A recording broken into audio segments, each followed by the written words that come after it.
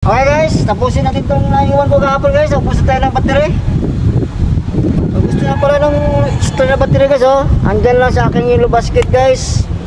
Meron tong 10 cell ito, itong nakalagay dito 5 cell ito, 10 cell ito guys. Kaya maganda to pang matagalan. Okay.